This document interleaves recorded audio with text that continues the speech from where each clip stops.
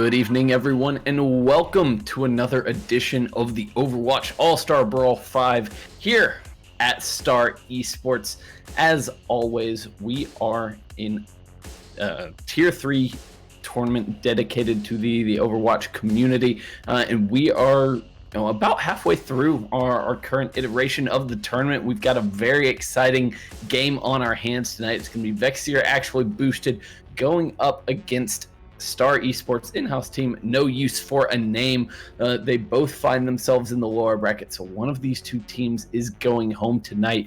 And to join me on this wonderful ride, it's got Moxie. Moxie, let's talk a little bit about what we kind of expect from these teams tonight.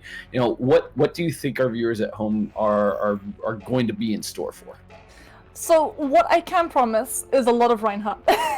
And a whole bunch of Diva alongside.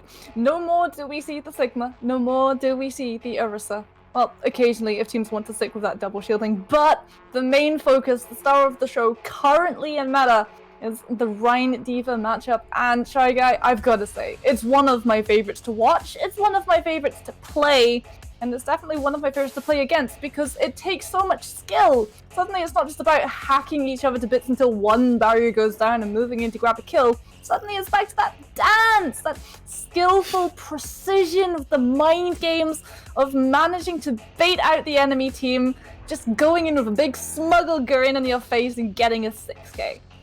Yeah, it really opens things up in terms of kind of the different positioning that teams can take, the high ground becoming, much more of a factor when you've got the mobility of the Diva in there. You've got kind of intricate timing windows where you've got opportunities to get your resources out there while the defense matrix is down at times. If you can bait that out, if you can get the DMEC, there's a lot of like push and pull that goes on with a meta like this, and like you said, it makes for a very entertaining watch. Yeah, so fights now are similar to how they were in GOATs, a domino effect. Once you start things going in your favor, the rest of things just immediately tumble into line. So if you get a Diva demexed, then you know that your mate can put that Blizzard on. If you manage to put the Blizzard on through, then you can get cleanup going and the teamfight just slides immediately into your favor.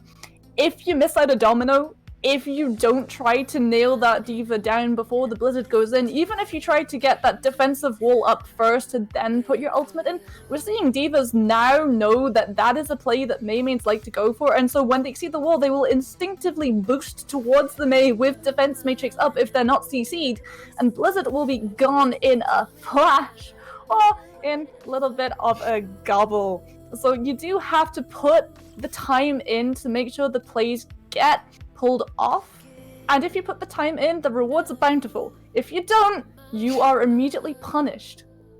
Yeah, there's now a whole lot of interplay, and that's starting to develop kind of more and more as we now, at least our teams, get a little bit more time with this meta. This felt like the first time in quite a while that we've come into a cast and we don't have any new patch notes to deal with. We don't have any changes coming to heroes, so it's allowed teams to kind of settle in and really kind of refine their style, figure out how they want to play. And now we're really, I think, starting to see teams get their feet up underneath them and start to stabilize a little bit. So I'm very excited for what that's going to bring. In terms of the two teams that we've got here tonight, they've both had kind of interesting runs through the tournament so far. Some early success or near success in the case of Vexere actually boosted. They came away with on the losing end of a 6-map series in their opening round game, and have since fought their way through the lower bracket. No Use for a Name, on the other hand, they started out strong, but have since fallen into the lower bracket before getting a nice 5-map win against Ski Corp last week to get themselves to this point. Now, if they can get a win tonight, they'll earn themselves a rematch with Cryax Esports, who sent them down into the lower bracket in the first place. Yeah, but they did manage to get a map of Cryax, and that is quite a feat to do because Cryax are a very strong team that we've actually seen in action. These guys, well, they are no slouch when it comes to the game, so to be able to take a map off, and I think if I remember correctly, No Use for a Name were actually running a ringer the week that they played, And so to be able to take not just a map off a strong team, but to take a map off a strong team when you have a player that you're not really integrated with, that you're not familiar with, well, that makes it even sweeter.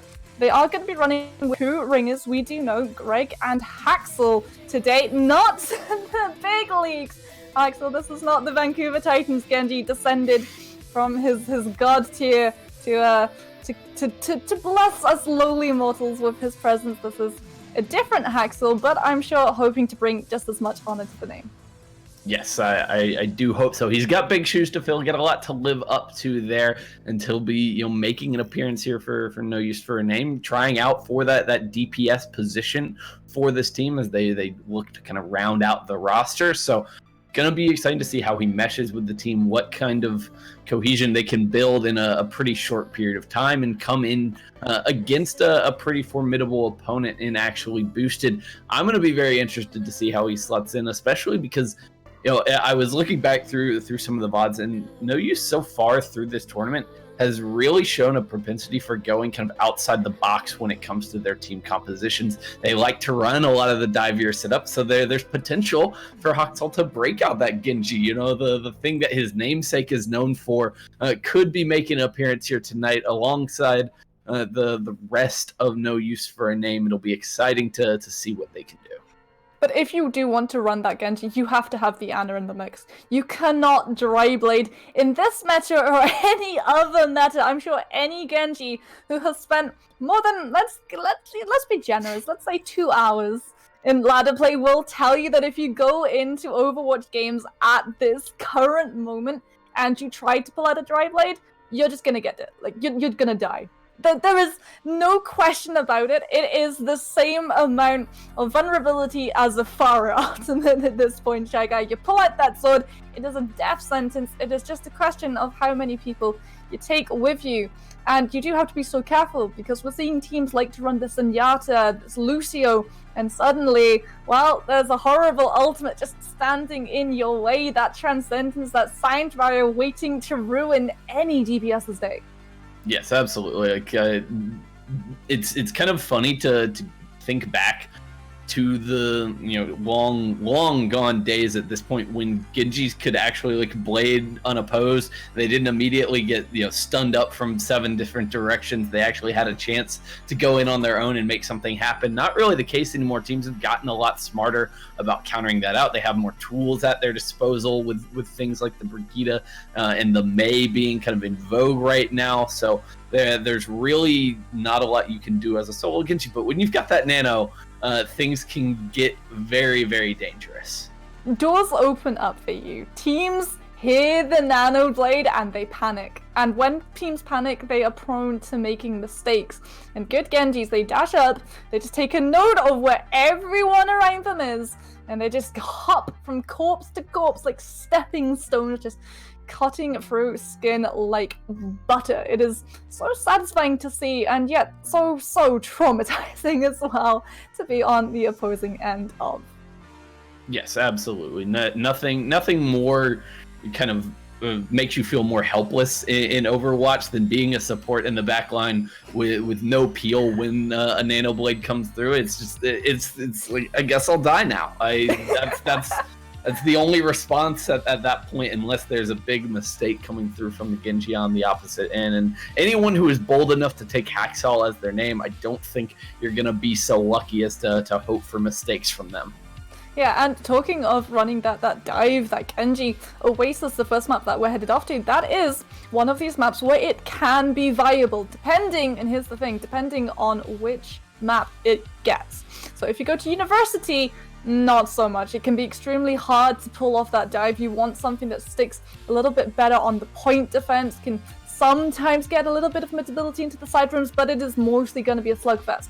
Where you're going to see it is really city center, because you have all of that open space, you have that high ground, which is so valuable to keep control of. You see teams sometimes, even in that first engagement, trying to take the high ground before they even touch their foot onto point, because they put that much value into holding that territory. If you take the high ground, well, the rest of the point tends to fall into place as well. Yeah, and if we do indeed see City Center here, one other thing I'm looking out for on the side of No Use for a Name is definitely going to be Tea Time potentially breaking out a Widowmaker. There's a lot of angles that you can find on that point to really get a lot of value, and I know that is a pick that he favors a whole lot. So I'm kind of got my fingers crossed, hoping we do get to see City Center, because I think it'll bring kind of a different style of play to the table. It'll shake things up and give us an opportunity to see some of those picks that aren't necessarily meta right now, but still a whole lot of fun to watch. Yeah, but you're gonna have to be so careful, because if you break the Widowmaker out, you have to remember those Diva boosters are suddenly on a 3-second cooldown, and your grapple, it's on a 12-second cooldown. She has 1/4 of the time to get into your face and out again. And I'm gonna say now, a Diva in a Widow's face can be just as aggravating as the Sigma shield in a Widow's face, because it forces you to play so differently. Yes, you have to take angles. Yes, you have to try to go for those off-center shots that you don't normally see Widowmakers go for, but you also have to be so careful that you always have an escape in sight, because if you don't go in with an escape plan in mind, well, the Diva is just gonna come in and spoil all of those well-placed plans. Yes, exactly. So you've really got to be careful when you're going for a pick like the Widow. You have to have a plan in place. You have to have the peel from the rest of your team to be able to keep you alive, get you in the right situations. But if that happens, you can really see the pop off come through. And if Tea Time is indeed able to shine here on this map, break out the Widowmaker perhaps, we could see them as a potential MVP candidate as the series goes on. I remind everyone that if you scroll down below the Twitch stream, you can find the MVP poll, and obviously the choice is yours as the viewer. We will have an interview with that MVP at the end of the series, so keep an eye out for who is impressing you in this series. Well, you know me, I've always got my eyes fixed on the enablers, not just the ones who managed to get the team kills going their way, but the people who are behind the action and perhaps not quite as flashy. But you want to talk about flashy? Doesn't get much flashier than what these teams are running, Shy Guy. It is gonna be the Mirror Nano Blade from both of these teams. Yes, the big difference though, the Wrecking Ball coming out from the side of Vexere. Constant already up on the high ground, gets a nice pound, and they're able to deal with Jason pretty quickly. Arakusu with the finishing blow there. These double flanking DPS are wreaking havoc, but now Organic going to be the next to fall, and the advantage is swung back in the favor of No Use for a Name. They clean up onto Arakusu as well, and now they should be able to take control at this point first. So No Use for a Name, they go for the higher target value. They get royalty out of the way and just collapse in on the team who are left without a main support, and they fall because Lucio is just not going to be enough to keep everyone out without Anna in the mix. And so now No Use for a Name, they've managed to get control of the point. Micro is building up this nano. Haxel is keeping pace on this blade, and that is this team's win condition if they're able to hit it before Vega is able to get that sign barrier online. Yes, and once again, Royalty in a little bit of trouble. The Biotic Grenade eaten up by the Defense Matrix, and the Ana will fall, but the trade is there onto Micro. So an even fight at this point, but that's going to favor No Use for a Name as they've got control of the point. They are pretty grouped up in good position right now. Hawkstall having to dash out, not going to be able to escape with his life as both Wrecking Balls chime in on the kill feed. It's just going to be a matter of cleanup at this moment, because actually basically they're still trying to fight this one out. And it's still going back and forth. Now both of those Wrecking Balls are gone. Organic with a quick double kill there is giving them a little bit of momentum as they try to push forward. The bomb from Greg clearing out a little bit of space, but in the meantime, the point is flipped over. He was just standing off the edge, and that is a beautiful fight for Vexere. But Royalty, this must be noted, has swapped to the Moira. There is not going to be a nano up for Organic, who does have the blade. The difference is going to be No Use for a Name. They have the nano, they have the blade. It's going to be so much more impactful. Yes, but they might not even need it as they come back in with the double kill. Still might invest it to kind of ensure this fight, clean up any stall, and indeed the sound barrier is actually going to be what they go for to close out that fight. They hang on to the nano blade, and that is huge. that is silver lining for Organic. It's going to be a dry blade, yes, but it's not going to be into a team who has the Soundbar to call on as aid. And so he might be able to pick up the kills, and the team might be able to get the point flip as long as they manage to focus and knuckle down on the specific ones. But they have to initiate. They cannot allow the Nano Blade to begin. Oh, they definitely cannot, but there it is. Is the sound barrier there in time? Not going to happen. Vega can't even hit the button, and Hacksaw slices and dices. He finds two, looking for more Arcusi, trying to keep his team in the fight with a pulse bomb. That's probably not going to be enough at the end of the day. Yeah, but it is just a pulse bomb on the side for no use for a name. T-Tam going to be the only one in possession of an ultimate, so if actually boosters are able to regroup in time, it's going to be lost by territory, yes, but they have the advantage when it comes to numbers of ultimates. They definitely do, and there is the blade to open up this fight. He hasn't gotten onto any targets just yet. Raid will eventually fall, and he dives immediately onto Micro as well. The backline is eliminated. That's going to be it for no use for a name. They really just have to back off here, try to come back in here for another fight. They have to respect that actually Boosted had just the numbers advantage when it came to the more powerful abilities, of which at the end of the day is always going to be the ultimate flip. It's going to be who has the advantage when it comes to power. And that is one thing that just ultimates immediately flip into a team's favor. But OJason is coming up to these mines, and that can just shut this point immediately down for actually Boosted. Greg can throw in the bomb as well. They can really force this team to play how they want and go for just immediate point flip afterwards. A lot of zone control ultimates available for SC No Use for a Name as they push in right now. Putting some pressure on the point is OJason and T-Time. They've already managed to deal with Organic. Hawksaw falls as well. He was close to the blade there, so that could be big, but there are the mines from OJason. He falls immediately after though, and this still might be going in the direction of actually Boosted. But Greg still has that bomb to put in the back. That could be huge and open things up for his team. Yeah, he's holding on to it for the time being right now. It looks like they kind of just want to wait, regroup, get the numbers back in their favor, and then go in. They're going to have a lot of ultimates for this fight. Hawksaw almost to the blade. He finds Organic to start off the fight. They've almost got the sound barrier as well, so this should be no use for a name with the advantage.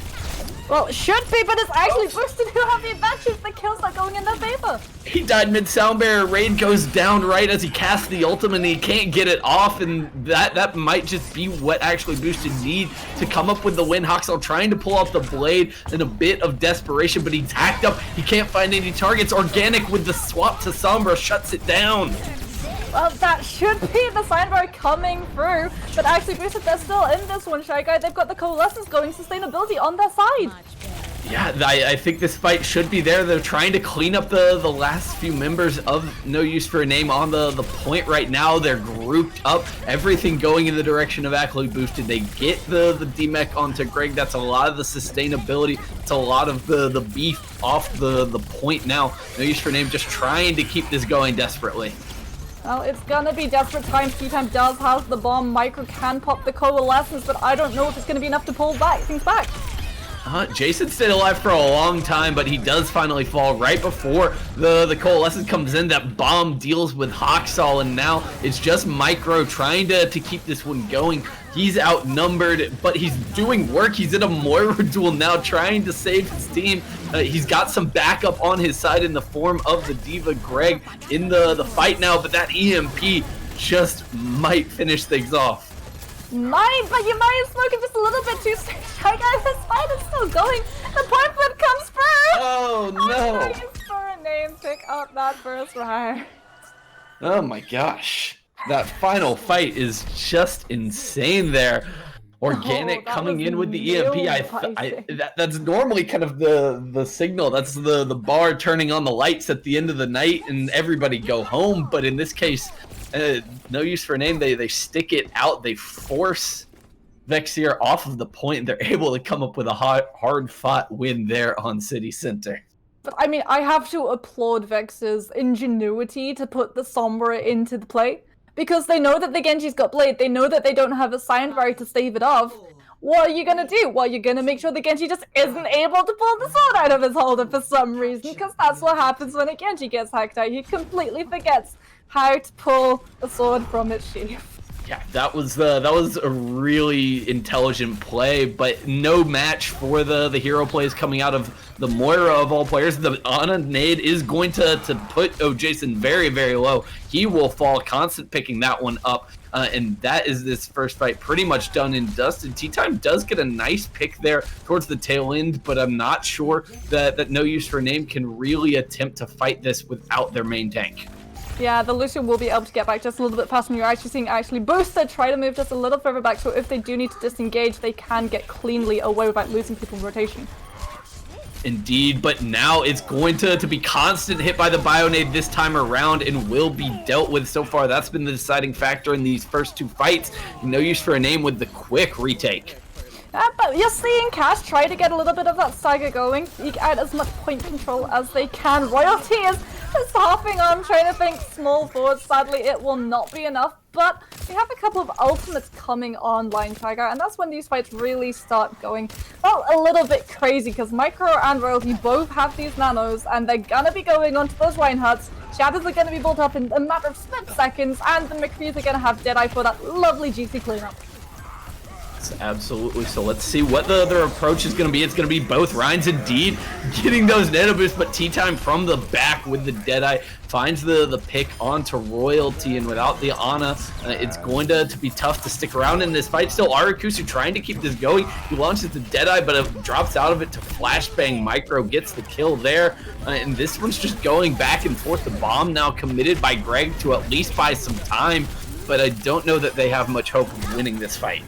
Yeah, but you're just trying to stall out for as long as you possibly can, because Haxel does have the Blizzard ready to call on if you do want to come into this next contest. The Rhine is already back on the point. Yes, but he's cut off from the rest of the team. He's biotic grenaded up, and they will eventually finish him off. That's the end of the fight right there. As No Use for a Name fall back, lick their wounds, 55% on the board for them.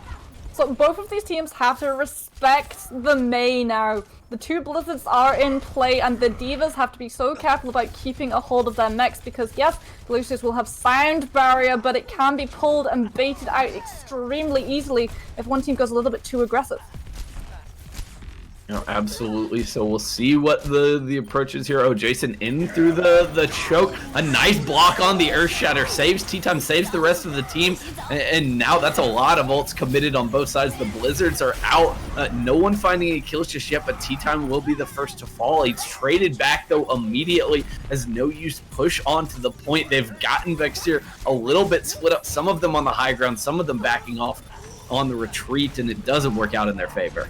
Yeah, Vexere were just a little bit too fragmented in the forces to be able to really stand beneath the onslaught that was No Use for a Name's full forces just bearing down onto them. And now Jason has built up a Shatter, is going to pretty soon be lapping Constant's ultimate charge. No Use for a Name sitting at a nice advantage when it comes to initiations. That's definitely true. Royalty will have the nano boost in just a moment to kind of help Constant catch up in that battle.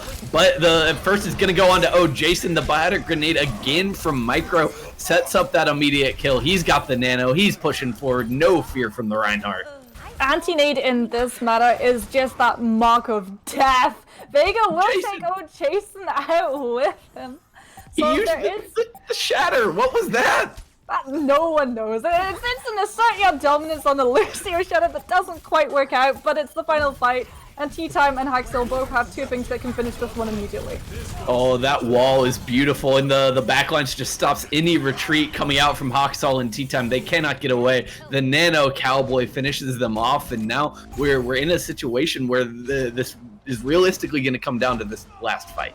Yeah, and this is all off the back of that extremely questionable Ryan play that we got to see from Jason, who actually had to slip the hamster just to maybe try to get back into the fight on time with his team.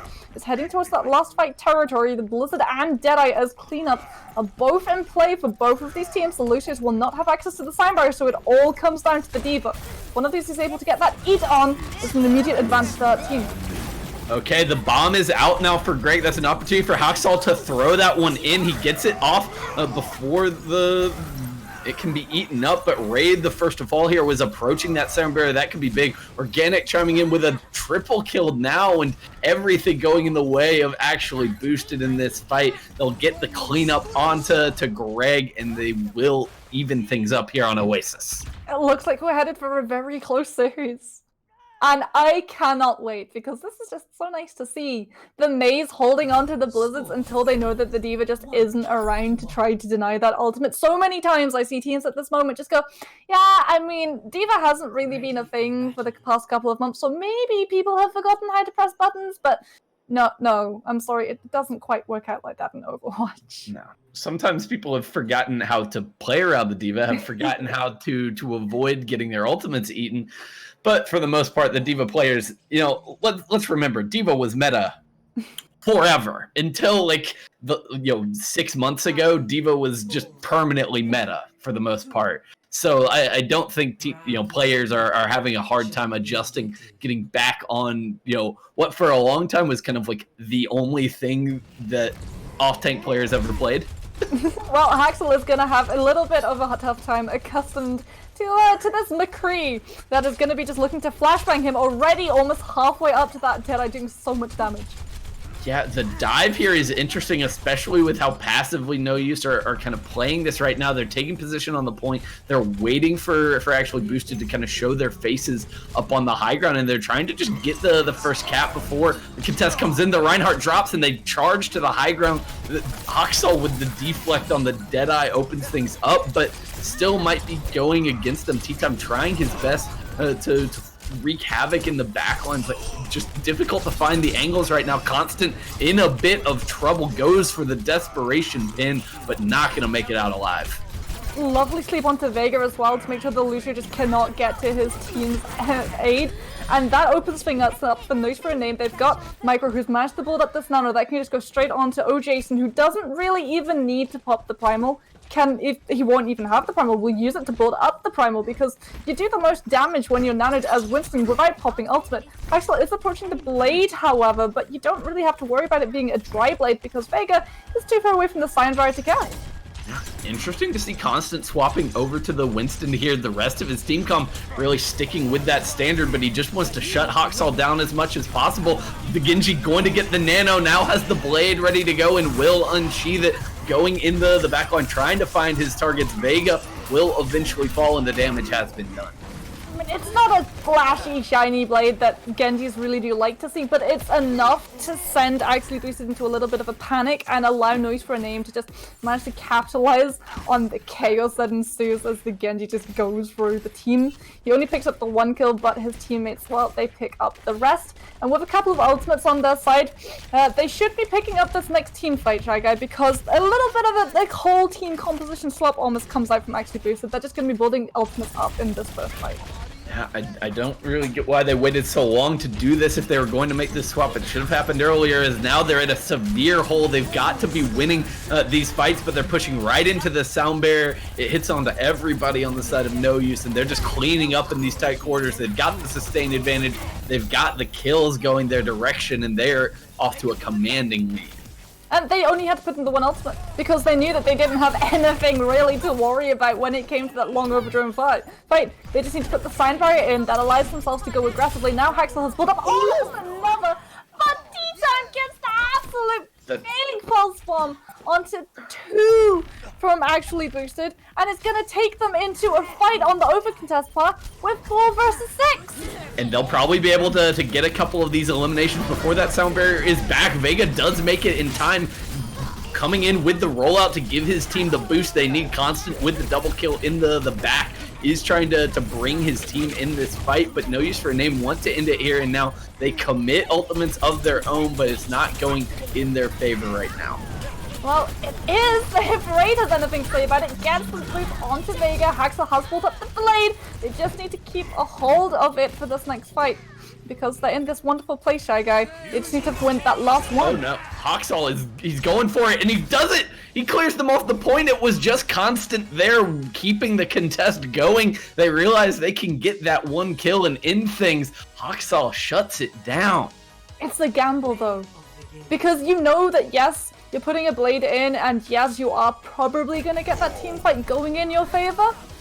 But there's always that question of what if you don't? What if the reinforcements come back a little bit faster for the enemy side and then suddenly you're without a blade, which could have opened things up for the next fight. Maybe you manage to have micro balled up the nano in the meantime, go in with that nano blade to try and get the kills sliding in your favor rather than weakly shuffling their way. But it works out, and it will be No Use for a Name picking up that first map.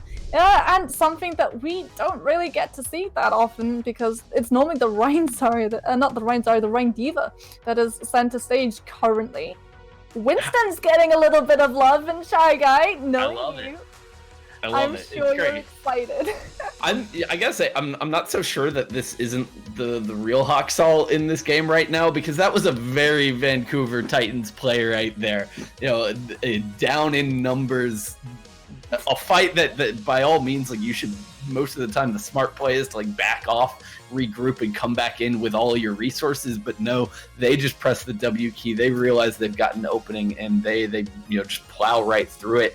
Beautiful stuff there from No Use for a Name, and Hawksall looking good in his appearance here with a new team for him. Yeah, but I'm gonna say my shout for MVP at this point in time, and do remember, guys, that, well, you can prove me wrong. Many people have done so in the past. Just remember to keep on voting. We'll talk to whoever you pick after the show, get a little bit of an interview going on. But my pick at the moment is between these two Annas. Because, yes. Shy Guy, if there's one thing that has been starting off every single one of these fights, it's an anti-nade onto the main deck. It's crazy.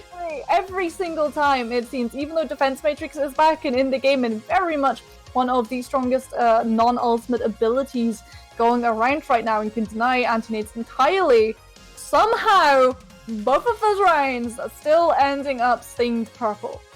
And that's not even to mention like the clutch that we saw from Micro on the Moira of all things on City Center to keep No Use for a Name in that fight and help ultimately win the map. So incredible stuff coming out from those flex supports so far. But now as we head into map number 2, we do got the ban coming through here from No Use for a Name. Volskaya out of the pool, and it looks like King's Row going to be the pick for actually boosted. Old Faithful here come into play, as I think we'll probably be seeing a little bit less dive this time around. Yeah, King's Row not really renowned for its diveable points of a map, much more so that original Rhine Zarya, and as we're seeing it now, Rhine Diva, where you just get the Lucio in, you get that reverted speed boost just going on through, you go through Hotel, you negate all the damage, you swing around the back of an enemy team, you catch them unawares, you pick up the point in the first team fight.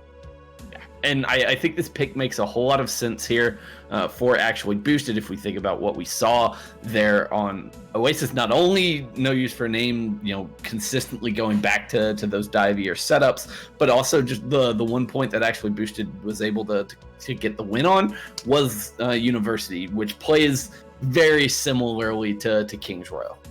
Yeah, and I think both of these teams are going to be happy with this map pick, because if there is one thing that King's Row favors the most, it is just out-and-out aggression.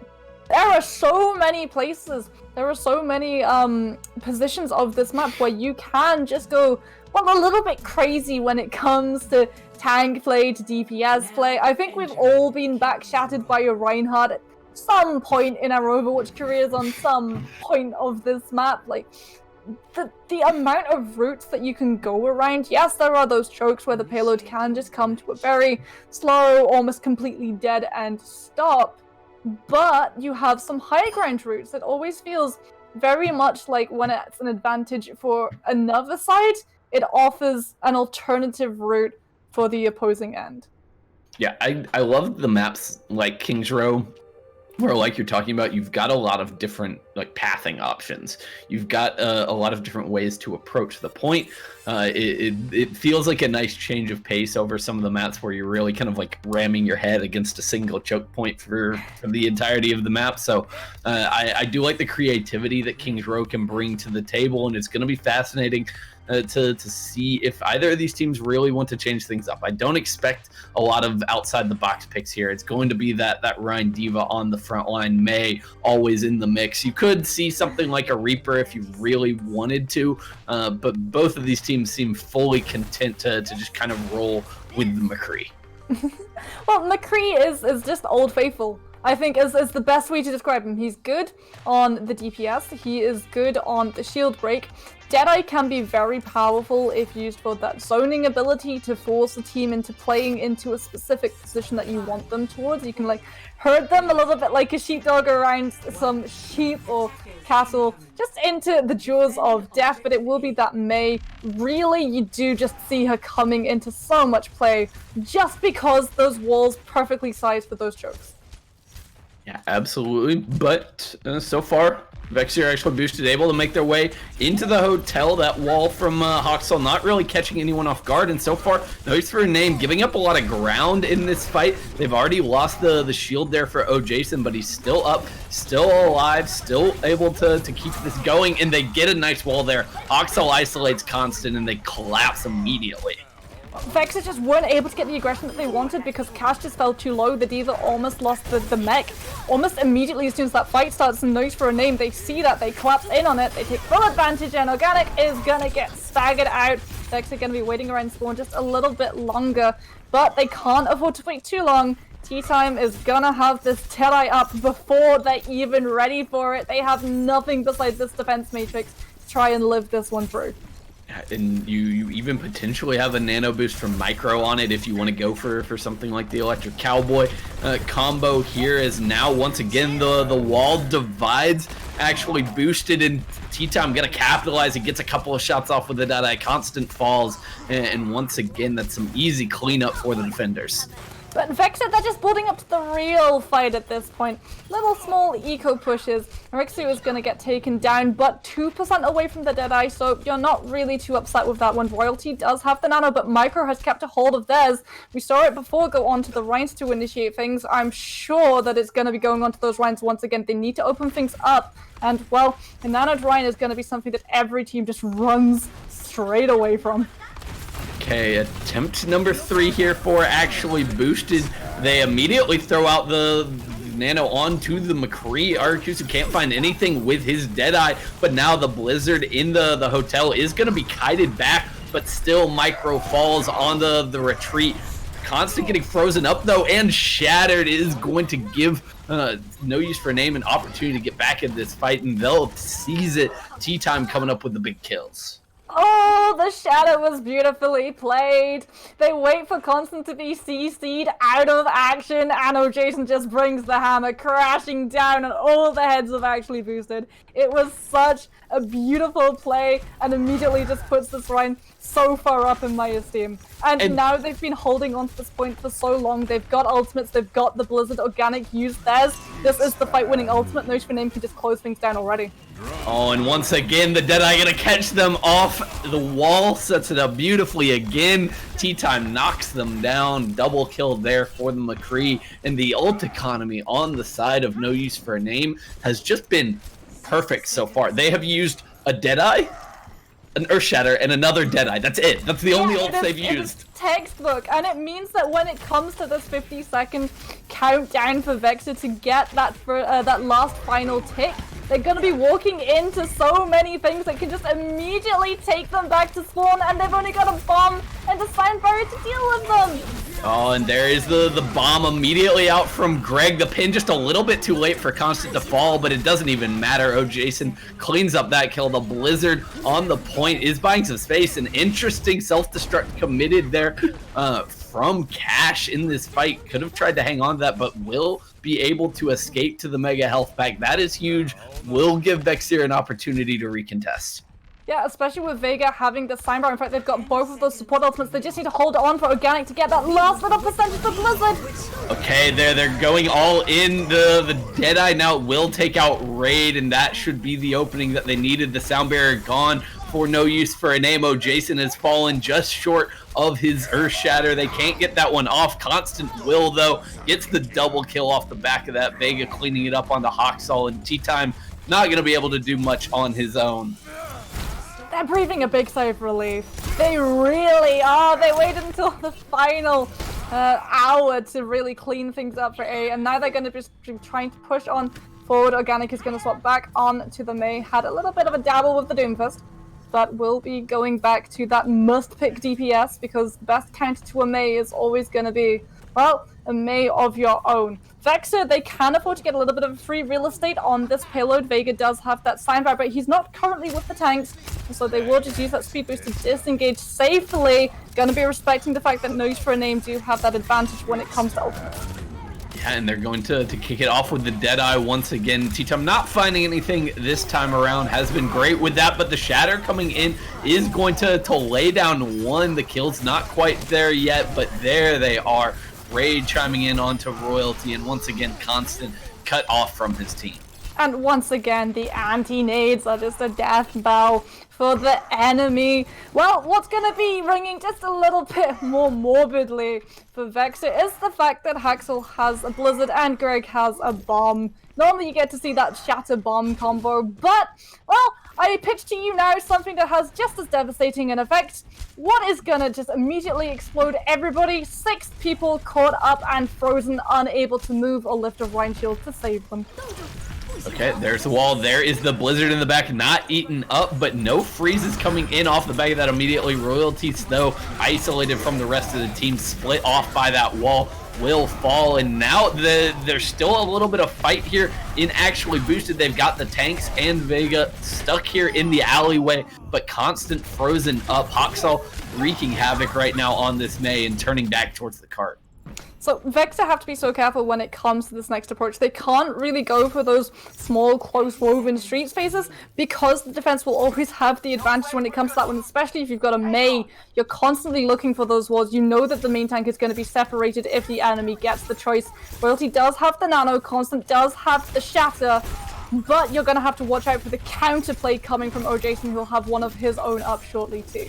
And he's been brilliant with those shatters so far. We'll see if he can do it once again, get the block, get the fight when the sleep onto Constant. He could go for this, but Jason not quite to the Earth Shatter, can't capitalize on that play. But T-Time there with the Deadeye again. He's got them kind of in an awkward spot. The wall, though, giving a little bit of protection. The Shatter is massive. Oh, Jason lays them all out. He takes the nano boost going forward, swinging through everyone, and the cart is going no further. I mean, I need to take just a second to properly analyze the play that Noise for a Name pulled off, because it deserves a time slot all onto its own. They know that the Shatter is up for Constant, so T-Tem pops the Deadeye to bait it out. Then Jason waits, knows that it's coming down, puts the shield up, blocks it, waits just a little bit longer for Constant to drop his guard, and then just BAM! Everybody on the opposing end, on their backs. Over 10 bar, ticks down, cleanup comes through, and the payload just stops and goes no further. It is actually such a beautiful play, such beautiful execution. Oh, Jason, I think he wants to put his name in the MVP discussion right now. He's not put his name, he has barreled through the wall, announced his name, slammed that hammer down and said, yeah, I deserve this. Yeah, it's hard to argue with plays like that coming out from the main tank, setting the tone here for No Use for a Name as they look to grab a 2-0 lead in this series. Now they've given themselves a very winnable objective here on Kings Row, not even having to get towards the end of the second checkpoint where the cart stops a lot of time. They stopped it even short of that, so they're in an incredible spot. If they can finish point A with like any time on the clock, you've got to be favoring them. Yeah, for Vexere, you need to put almost all of your eggs into holding the basket of that choke. Immediately, as soon as point A just starts slipping away from you, you need to acknowledge that you've lost the fight, you've lost the point, give that one up, regroup, and try to hold at that first choke. It is where players find the most difficulty getting past. You need to acknowledge that, you need to respect that. When you have that short an amount that the payload needs to roll through, you take every advantage as it comes. Most definitely, and now we'll see what No Use wants to do here. They've got T-Time going for a little bit of flank here, trying to find an off angle to get around the shields, but it's a dangerous game to be off on your own as the McCree, the wall comes in from Haxel, and that's the go signal for the initiation. Jason swing his way through. Cash is very low, gets frozen up, gets demeched, and there go the rest of the kills. One by one, they all go in favor of No Use for a Name. But silver lining, and it is a very thin one for Vexere because you lost that fight in what is essentially that first team fight. You do have a chance to try and recollect yourself in the spawn room and come back for this next contest and try to hold at this choke. Nice for a name though, they're going to be trying their hardest to deny that one entirely. Already moving up, Micro coming along almost to the choke as well. It's the Lucio who's waiting for the payload to unlock. They want to go in, they want Greg to just get that mech back and push with the team. Yeah, but they might have bit off a little bit more they could chew. Oh, Jason almost taken out there, but the peel comes through from his team. The wall helps keep him alive, and now he's got the nano. He's charging in a nice counter there, keeps or puts him on the ground for a second, but still he's just charging into the backline. They cannot escape him right now, and it looks to be going in the favor of No Use for a Name. They've got actually boosted very split at the moment. Very split and completely alienated from the payload, Shy Guy! No one's stopping it! Yes, but the Blizzard is committed to no effect, but still the members of Vexere are able to stick together in the backlines. They were in an awkward spot, but they fight their way out of it a little bit here. He's going incredibly back and forth, but neither team really able to take a decisive advantage so far. Well, that should be an advantage for No Use for a Name. They're moving towards that finish line. Haxel has the Blizzard. Vega only just gets the Sound Barrier online. They're going to need it for this next fight. Oh, and the Sound Barrier already having to be committed. Organic was dropping very, very low after the Biotic Grenade. But Haxel looking for an opportunity to drop this Blizzard. He's in the back line. He is trying to duel his counterpart for the time being, not finding the angle just now, and looking to back off with his team as now the Deadeye committed. Slept up though, Micro coming through with the clutch play. And again, the anti-nade comes on down. Constant though hits a nice shatter to keep his team in it, buys them some time, and they get the kill onto Haxel off the back of that. Still, Raid is going to commit the Sound Barrier. No Use for a Name. They want to end things here and now, and they step off the cart. Constant backs around the corner. The Deadeye zones them away, and No Use for a Name. They take King's Row. They take us to match point as well. And okay, let's just pause. Who else? Let's take a moment. It's the play. Oh, Look just at beautiful. It's so beautiful. He uses the payload for a little bit of cover there, so Constant doesn't necessarily see the animation happening. All he gets is the voice line, the reaction. It harks back to the bumper, actually. We were talking a little bit about Titans because you have a player called Haxel, you have to mention Titans, but really, Jason's channeling Bumper in that clip because Bumper, I think, was really one of those big main names behind the pioneering tactic of hide behind a payload, the enemy team forgets the Rhine's there, and they forget to put the shield up to block it. I mean, we can all admit to it. It's very hard to remember that when you can't see something, it still exists. Object permanence, it's a heck of a thing, man. It's given me trouble for years. But there it catches, actually boosted a little bit off guard, and now they find themselves on the verge of elimination. No more room for error, no more map losses, or they are out of the tournament. No Use for a Name looking to finish things off with a 3-0 here, but I think they looked fantastic there on King's Row, but actually boosted. I'm hopeful that they still have a little bit more left in the tank after what we saw in Oasis. I think they can hang in this series. They just got to regroup a little bit and kind of refresh the mindset after a pretty rough map. I mean, they're doing most things that teams sometimes have a little bit of a shortcoming in this current time in Overwatch. Correct. The Blizzards aren't being eaten. The bombs are coming in at the right times. Deadeye is being put in to use zoning ultimates, not just to try necessarily to pick up kills. Sound barriers generally coming out as a reaction to the enemy's Blizzard coming in, but they're initiating fights and picking them in the wrong places. Because I think it was most well cased in that King's Row when they're all on the streets phase. And the payload is moving through, and the payload gets so close to the finish line, they have to commit a Blizzard, an ultimate that you can win an entire team fight off of the back of just that one ultimate, onto making sure that the payload stops. that is how far away they were from the objective, and if they'd been closer to the objective, yes, they might still have died, but the payload would have been contested. It wouldn't have moved further forward. They would have been able to regroup. They would have been able to come into at least one, perhaps two more team fights, and in that time build up ultimates of their own and come in with an actual proper counter to what they were running up against. As it is, the payload goes through, they don't build anything up, they all die. Note for a name, build ultimates up of their own and come into it with a slew of just death sentences. And, Actually Boosted now going to have to try to find some answers moving forward. We will not be seeing Hanamura. That's the ban coming through here for No Use for a Name. So where does Actually Boosted want to take us for their kind of last stand?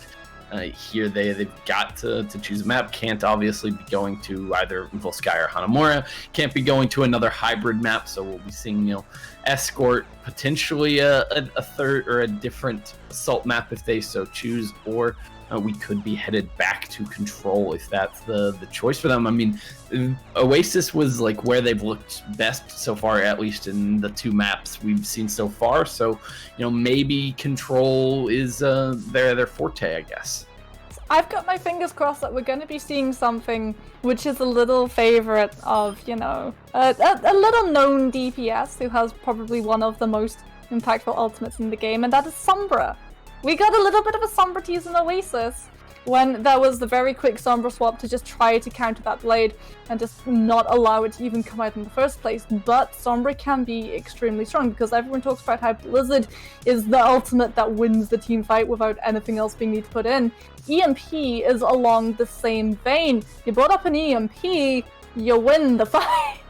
If it's placed in the right positioning and headed off to Busan, this isn't really a surprise to me, because if there's one place that you want to be able to build up impactful EMPs, you want places where points don't have cover, don't have the natural cover, don't have corners, don't have small little rooms off the side of objectives for teams to just cozy up in until the threat passes through. And Busan, while mecha base, yes, can sometimes be so hair just tear out irritating when you set up a perfect EMP and then the walls come up and all of the line of sight is obscured and it hits, well, just the lone Moira, and she has already just used Coalescence, so it doesn't find that much impact. You still have points like Sanctuary, you still have points like Downtown, where there is just open, wide spaces, and for a Sombra EMP will always herald open season on the enemy team. Yeah, and we will be starting out here on Downtown to kick things off on Busan. I like what you had to say there about the Sombra. To me, Sombra right now seems kind of like a sleeper pick a little bit. Seems like something that I think teams are underrating a little bit right now. It reminds me a lot of like last season at the beginning of 2019 and towards I guess through the first half where teams were kind of underrating Sombra's ability to like slot into those GOATS lineups, and we eventually saw that more and more and more, and I think we're going to be in a similar situation this time around. It'll be interesting to see if we get any of that here on Busan as Vexere Actually Boosted look to stave off elimination.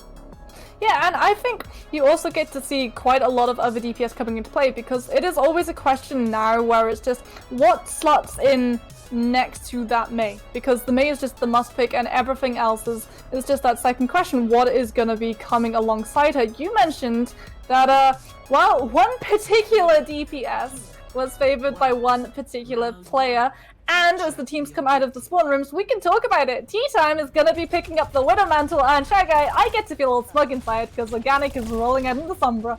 Yeah, this is going to be fascinating. We have got so many different heroes being played on this point, or at least 4 different DPS heroes played. Mirror matches in terms of the tanks and supports right now, so we'll see which DPS can really kind of make the difference. So far, it's Organic getting hunted down in the backlines. Those mobile tanks on the side of No Use for a Name get back there, are able to deal with the Sombra, and now turn their attention towards the point. Yeah, and Organic has not even been able to build up to a quarter of that EMP. The team are really going to be feeling the lack of DPS because Sombra does not provide damage. It's the ultimate that's the heavy hitter. Okay, in the meantime, though, No Use for Name do look to be winning this fight, but they give up the first cap, so 11% over to the side of actually boosted. That's a trade that No Use for Name will take every time, but perhaps a slight unforced error there. I mean, a huge part of that victory was Titan. Just standing there on that high ground. Yes, it's gonna be Vexere just trying to just commit so many resources to trying to take this Widow out. Catches on the D.Va, yes, but has to boost past the entire team.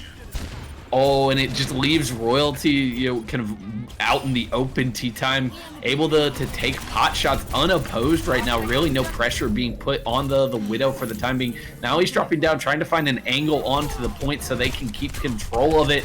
Almost the flip coming through there. Skyward nearly able to force them off, but now the kills starting to come through for actually boosted. Organic in the fray and finding value so far, getting some nice hacks off as well, and they look to be cleaning this fight up. Yeah, but for No Use for a Name, they're going to be coming into this next fight with this Nano Blade as an opener, and that might just force Skyward to pop the Sign Barrier. In fact, it might just force Organic to pop the EMP, because they might think it's just not enough to see them through. And now the stagger is coming through. They finally do clear everybody off. Jason will fall and the flip comes through for actually boosted, but 61% on the board with those ultimates coming online is not bad at all for No Use for a Name. We'll see if they can capitalize, but they're about to be pushing into an EMP. Yeah, they're running so many things that can just be shut down by EMP. Raid has to get the timing on the Sign Barrier perfect, cannot put the Sign Barrier in until EMP has been dragged out, otherwise all of that HP will just be ripped away. Okay, we'll kick things off with Royalty, throwing that Nano Boost onto Arikusu, who's in the back line trying to find some value, but it's the main tanks that duel for the time being. Jason falls, and that kind of stops this push in its tracks. So, actually Boosted are using EMP in the sort of way that you see Zens use Transcendence to make sure that grabs just don't get pulled out of Vexere. They're holding it like a threat over No Use for a Name. They don't want to put the Sound Barrier in until the Sombra EMP, so Organic is just holding onto EMP. They don't want to use the Nano Blade either for fear of that hack, so a difficult situation. There's the EMP committed, doesn't land onto too many. The Nano Blade is still able to go in. The Sound Barrier is there from Skyward to buy his team some time, but still a lot of damage coming out. In the meantime, Tea Time able to just kind of find the angles, gets a nice headshot there, but still that bomb from Cash buys them space, gets them a kill on the Raid, and that's just going to be actually boosted, kind of weathering the storm. And that's gonna be actually boosted, taking us into that final fight territory. Royalty actually swaps onto the Moira to try to get back to the team a little bit faster. And Haxel is gonna be onto the Sombra to try and get that contest going. Yes, but now it's just desperation for the side of No Use for a Name. Jason trying to buy time on the point. Haxel is here on the Sombra, about to de-stealth and get deleted immediately. No one else really able to make it. It is going to be a couple of stragglers now making it in. There's 3 members of No Use for a Name on the point, but Greg gets focused on immediately. Micro will fall, and there's really nothing they can do at this point.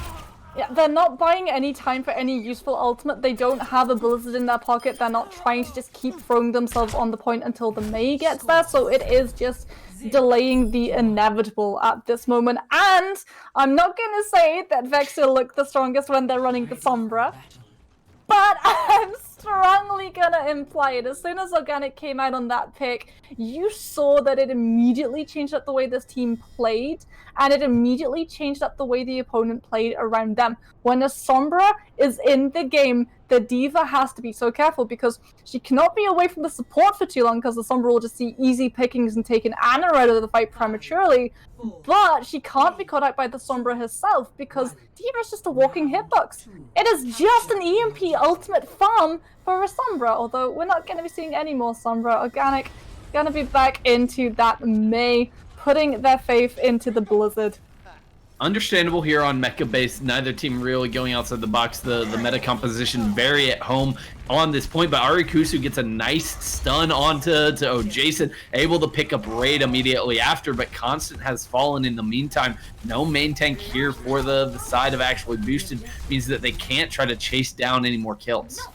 Yeah, and the fight is looking a little bit staggered at this moment. Forces everywhere, it seems like. No one really definitively going for those picks.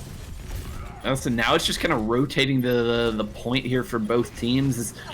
No one able to grab kind of a definitive advantage, but Tea Time changes that real quick with the double kill, deals with Arukusu, who is in on the flank, and now that is the first fight going in the direction of Vexere actually boosted, or of no use for name. The first ultimate going into the backside of Tea Time. Electric Cowboy to Boogaloo.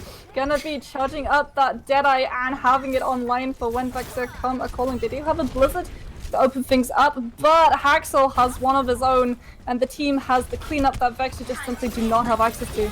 Oh, and doesn't even need to commit the Blizzard just yet, as they get the kill onto Arukusu. Organic, though, going to be the one to open that up, but the wall there from Haxel just buys them time. He tries to throw in the Blizzard immediately after, but Cash just denies it immediately. Heads up play from the Diva is giving them a lot of room to push forward. Yeah, well, Skyward has that sign bar as well. They can get even roomier if they drop that one and go super aggressive. I don't even think they're going to knee it, but Tea Time up on the high ground with the Deadeye will deal with his opposite number, and that is a quick swing back, is no use for a name. They get some reinforcements, they get back in the fight, and they come up big.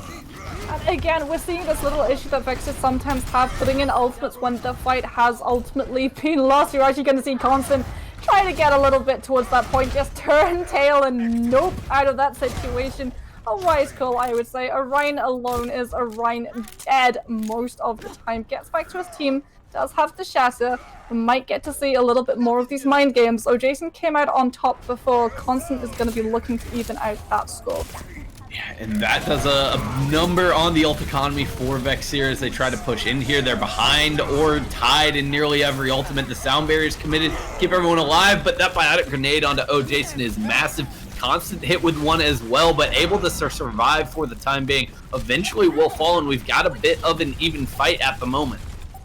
Well, it's going to be an advantage in numbers for Noise for a name as it ticks towards that last fight territory. Tea Time has the Deadeye, but taken out before he can use it. Arukusu gets in on the off angle, gets the flashbang in there, but now he is dealt with as well. It's just kind of a battle of the tanks on this point. Haxel in with the May. If he can hit a couple of icicles, he's got the Blizzard ready to go. Will he lay it down? Doesn't look like they're going to commit, but Tea Time back in here. They could clean this fight up potentially. They could, but losing Greg is going to make it so much harder, and Haxel himself goes down. This is when you just want to disengage and get out as fast as you can. Okay, this time there's a little bit of restraint there from Haxel. Like you have to. It's the smart play. Your Blizzard's already been eaten once. You need to respect the Diva defense matrix. It's very obvious if you try to go for that Hail Mary Hail Storm. So they're gonna play it a little bit smart. They're gonna be coming in with Blizzard, with Nano, with Deadeye. So many things that can open things up. Vexere has to win every single team fight, have to start initiating. Yeah, so my question is, do they get conservative? No, it's not gonna happen. Tea Time opens things up. They throw the Nano onto O. Jason. He deals with Constant, and even in the Blizzard, he's still not dying. The peel is there to keep the Reinhardt alive, and that is going to give No Use for a Name a massive advantage as they push forward. Oh, it's the last fight territory as well, but Cash, the bomb catches Micro, so they can still hold on to this. Yeah, Constant frozen up though. Cash again with the eat onto Haxel, denies it, now has the nano boost and looking for some targets in the back, wreaking havoc, just making all the plays to keep actually boosted in this fight. Eventually is demeched, but the sound barrier is keeping actually boosted in this fight. Indeed, it's answered by Raid there, and they step off the point. And it's one apiece. Okay, we really are going the distance today, it feels like. Vexere do not want to go home. They do not want to leave this tournament, and they will be fighting tooth and claw and taking us lovely, pretty map that is Sanctuary. I think out of any of the maps of Busan that I get the chance, if I ever get the chance to visit one, it would be Sanctuary. It's just so picturesque before the spawn doors open and all the bullets start flying. Yeah, I just want to go like beat on the drum in the middle. I want to know what kind of sound that thing makes. Like that is. I'm gonna dash your hopes right there. Blizzard implemented some drums in World of Warcraft, which unfortunately you can interact with, but do not drum. No sound comes from them. But a Sombra will be coming from the spawn doors of Vexere, and a smile is once again on my face. They find I would say, the most amount of value when they were running that DPS in their lineup. It's not going to be the Mei, it's just going to be those hacks, and Greg is really going to suffer because of it. Yeah, so now how did No Use for a Name kind of deal with this? They are running kind of the standard meta composition here. It's a little bit slower. They're going to have a hard time like closing the gap onto the members of actually boosted, but right now they're waiting until the point unlocks to push forward. But Jason immediately hacked up. Organic has fallen in the meantime though, and they're able to keep the Reinhardt alive even through the hack. They get the kill there, and No Use for a Name off to a great start. So Orexo on the Tracer is probably the decision that sticks out as to me as the weirdest, because Tea Time has been just coming up huge in DPS picks and as McCree. So you have that one, and there we go. The swap does come through. It feels like it was a little bit of a misread from their opponents. They thought that maybe they were going to run the pharmacy, so they had maybe a little bit of the Sombra to try to hack her out before she can rocket boost up. Maybe they would be able to collapse onto the Ana, who perhaps might not be playing with the team if that was the case. But no, swap comes through. They acknowledge that this would not work. Tea Time already 83% of that Deadeye, so it is a wise choice. Constant, though, gonna be behind in that ult charge when it comes to that counter shatter battle with Jason. Yeah, they're going to be behind pretty much across the board in terms of ultimate charge, but they do just charge in pretty aggressively here. They take up position on the point. Tea Time can't find anything, but he breaks the barrier with that Deadeye, and now Constant in a hot spot. He will... Oh, it's No Use for a Name. They continue to push forward, maybe a bit too far. A little bit too far, but no use for a name. They're just gonna try to get this going in their favor. Micro gonna just roll the hands of the Ana sleeves up and do it themselves. Indeed, but Tea Time's still in the fight, still laying in the damage, trying to find an angle, but Constant back with the Rhine shield is giving his team some room to work with, but they don't have any damage, they don't have any way to find kills right now. Yeah, the bomb goes in, but it's a little bit early. They don't have any cleanup, any way of really trying to initiate this fight afterwards, and Haxel has a fight ender. That Blizzard's gonna be online. Another biotic grenade onto Constant, forces out the sound barrier very early, but still they're able to use that effectively to capitalize. They collapsed onto Jason, but Constant again in a little bit of trouble here, will eventually fall, and that's the go signal for Tea Time to unleash that Deadeye. The Blizzards both eaten there, and Tea Time just on a spree right now. Somebody stop this man. Somebody vote for him in the MVP poll. He's definitely been doing enough work to justify picking that one up, and Vexere, it's just going to be, well, the last dregs of this team as they try to get that contest going as long as they possibly can manage.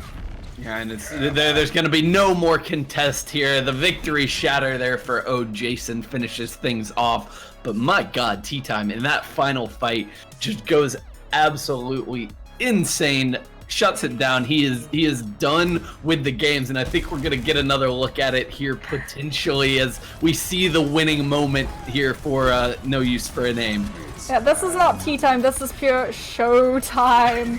The McCree just getting those kills, flooding in the direction, and the D.Va, the Mirror Eats. We can't deny that those had such a key importance, because Blizzard can be that hinge turn of a team fight, and both of those being off the table meant that both teams were at that even standing, and with Tea Time already getting the favor in the No Use for a Name's way because of just the pick advantage. Well, all of that tasty, perhaps fight-winning grains of salt. I'm sure people caught up in May Blizzards are definitely the saltiest of the Overwatch lot. Just, well, you don't get any opportunity to try to get them going. Yeah, there we see Tea Time making a last minute kind of case for himself to pick up that MVP vote. You've still got an opportunity to make your voice heard, to figure out who we are going to interview in just a moment. But it's so hard. I don't even know how you begin to pick this. There were so many standout players. I mean, like it feels like you go kind of map by map, and there was a different MVP for everyone. Can we just interview all of them? Just have all 6 people just in that one Discord call. I'm sure it will be absolute chaos, but there are so many just perspectives and plays and players that popped off in those specific niche moments. There wasn't really a carry. It was just the team hauling everyone together with them.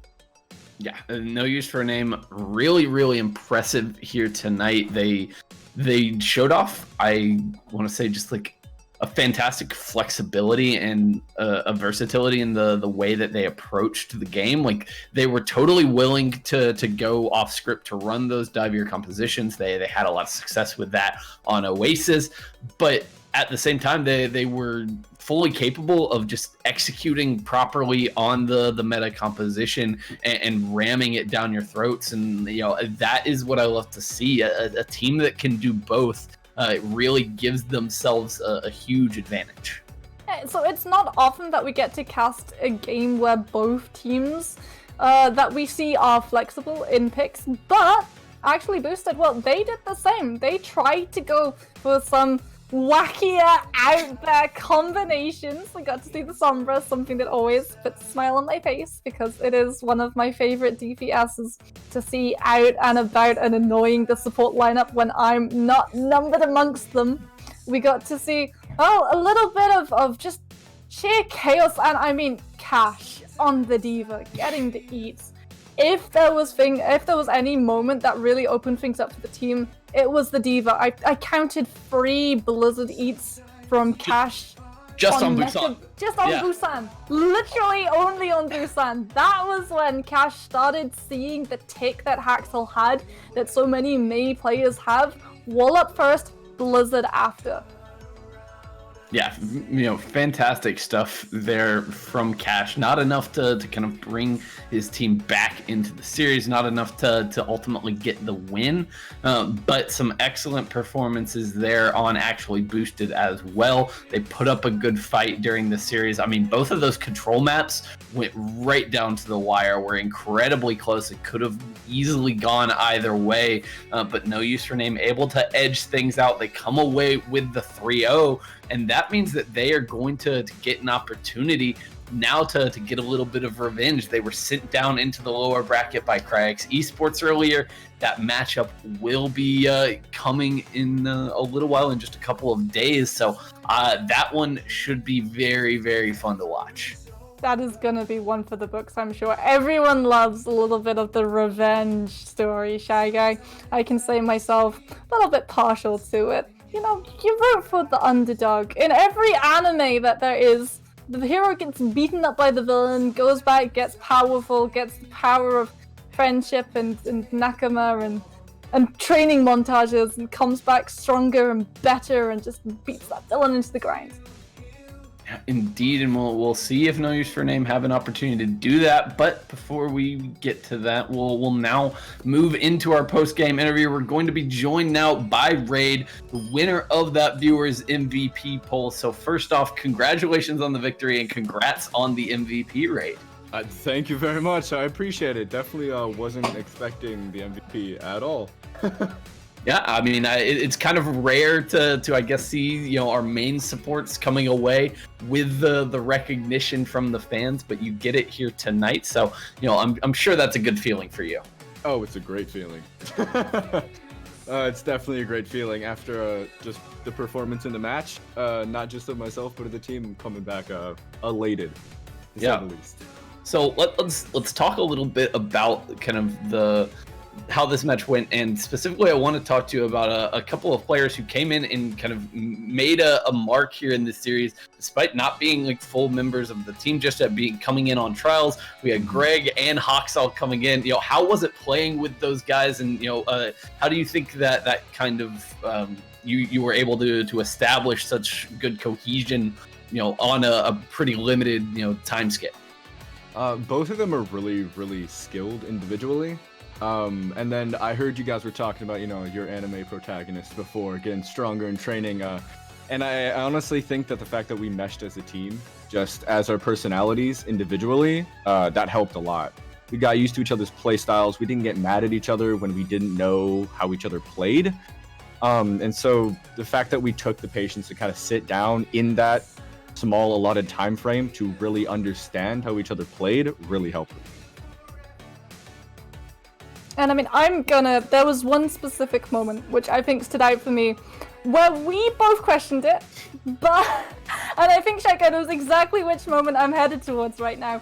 Oasis, the first map, where Haxel pulls out Blade and just goes in. Was that a team coordinated decision, or was that this guy just sort of sitting everyone down and saying, it's okay, I've got this? We were very fortunate to have a great Genji player on our roster for tonight, so I'm gonna give the majority of the props to him, because he kind of did just say, he was like, no, I'm gonna blade, it's fine, it'll be fine. We had our doubts considering Genji hasn't exactly been meta for a while now, but he took it and just ran with it. So yeah, that was pretty much all him. You know, one thing that we saw throughout the series and that we were really impressed with as casters was kind of the different variety of compositions that your team was willing and able to play to a high level. So, like, how do you think that kind of benefits you, the ability to go with different looks depending on the map? You know, what kind of impact do you see that making? I know a lot of teams do strictly standard scrims where they only run meta comps. So our ability to kind of be very flexible and run all these different compositions helps us, because they aren't geared for running into just random hodgepodge of like random different heroes all over the roster. And I think it's fair to say that the map that were the closest was when we saw the Sombra on the opposite faction. Was there something that was anticipated? Was there a sort of failsafe in action for the team, or was it just sort of adapt on the go? I had called out originally before we rolled out. I was like, hey, look for a Sombra, but I don't think they'll have one. And when they did, yeah, it definitely messed us up a whole bunch. I don't think we were adequately prepared to deal with the Sombra. But after seeing how they played, and after running into that for a round, we adapted our play style after that for the follow-up. We definitely saw it immediately after. Just the Sombra lasted, I think it was all of 20 seconds, and then went and swapped to a McCree. Sombra is always something I lobby for to see more of, so I was saddened, but I have to give you props, playing around it beautifully, managing to pull off a couple of plays. And speaking of plays, was there any specific moment in this last series where you're proud to stand up and say, yeah, that was me, I did that? For this last series, I believe it was on King's Row, when I was fighting, I think it was Anna Kree in May at one point. I have to give the majority of the props for King's Row to Jason though. He set up and made a lot of space. He got a lot of like great shatters and everything like that, especially after having to come back from shattering air on the first map of Oasis. He really did really well, and I think it was just me supporting him in that, and just the way that we worked together, and then having to save his butt a few times. But other than that, honestly, for myself, I didn't feel like I played to the absolute best of my ability, but I feel like as a team we played at like our highest. That's definitely true. After this performance, it really felt like you guys were firing on all cylinders. So you came away with the viewers MVP. They chose you, but I want to know, who would be your MVP pick for this series? That's hard. Yeah, so don't go annoying any of your team. Yeah. We were all talking towards the end of the series here that Jason, I think, in my mind, definitely played out of his mind during this game. So I would give MVP to him, but also the hit scan player for Actually Boosted was also like amazing on that side. Both teams played really well, but I think Jason would have to take the cake up. Well, I definitely understand the logic behind that pick. He was like the spearhead leading the charge for you guys here tonight, and it all works out really well. Up next, you guys have a rematch against Cryx Esports. They sent you down into the lower bracket, so is there any extra incentive as you head into that match? I mean, of course there is. As you were saying earlier, the training sessions, the power of friendship and everything, we'll pull ourselves together, and we have some tricks up our sleeve that we haven't exactly identified yet, so we'll come up with it. I You can't guys wait. will see. Yeah. So we normally like to round things off by giving players the opportunity to shout people out, but I'm gonna adjust that just for today, it being a grudge match up next. I'm gonna ask, is there anyone you want to shout out, and is there any particular words that you want to give to your next opponents? Remember to keep it PG. Of course. I just want to let them know that you sent us with our tails between our legs last match, and you can expect the exact same thing from us. That was some very polite trash talk right there. I like to keep it cordial, you know? We love it. We love the sportsmanship there. Raid, we want to thank you for giving us a little bit of your time. Big congrats on the win, and of course the viewers MVP here tonight. But we'll let you get back to your team, celebrate the big victory. Thank you very much. Have a great night. All right, Moxie. That is quite a way to kick off the night, but we are not done just yet. Yeah, we are not. We've got another match coming up in just a little bit with Electric Warriors versus Shattered Dreams, and I'm going to say now, fingers crossed, I got to see Sombra. I hope to see her again. It feels very much like teams are sleeping on the impact she can have on this game, and we just saw it. EMP. Well, yeah, even if it doesn't catch an entire team, it can still be enough to win you a team fight. Yeah, and the Sombra, along with a lot of other incredibly fun picks here in the first matchup of the night. We'll be back in about 40 minutes with the second match of the evening, but we want to thank everybody who joined us to kick off the night, and we will see you guys on the other side of this break.